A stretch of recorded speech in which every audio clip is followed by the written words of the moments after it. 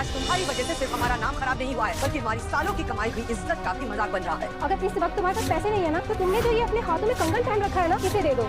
ठीक है। देव देगा वसुधा को बहुत सारे पैसे। जी हाँ दोस्तों, सीरियल वसुधा के आने वाले धमाकेदार एपिसोड में जब वो औरत वसुधा की बेइज्जती करेगी और वसुधा से पैसे लेने के लिए जिद पर अड़ जाएगी और उस औरत की नजर वसुधा के कंगन पर होंगे और वो वसुधा के हाथ से कंगन उतराने लगेगी, पर तभी देव आकर रोक देगा और देव वसुधा का साथ देगा और देव वसुधा के हाथ में बहुत सारे पैसे रखेगा और बोलेगा, ये सारे पैसे तुम इस औरत के मुंह पर फेंक मारो, दे दो इसको जितने भी पैसे हैं। पर वसुधा देव से पैसे लेने से मना करेगी और बोलेगी, मैं आपसे पैसे नहीं ले सकती हूँ देव सर, इस पर मेरा कोई भी हक नहीं है। और तब देव वसुधा का साथ देगा और बोलेगा, तुम मेरी पत्नी हो और एक पति होने के नाते मेरा ये फर्ज बनता है कि मैं अपनी पत्नी की रक्षा करूं, और जब बात तुम्हारी इज्जत पर आए तो मुझे तुम्हारा साथ देना ही पड़ेगा और तुम्हारे साथ खड़ा रहना ही पड़ेगा और तुम पर मेरा हक है, इसीलिए इन पैसों पर भी तुम्हारा उतना ही हक है और इसीलिए ये पैसे अब तुम्हारे हैं।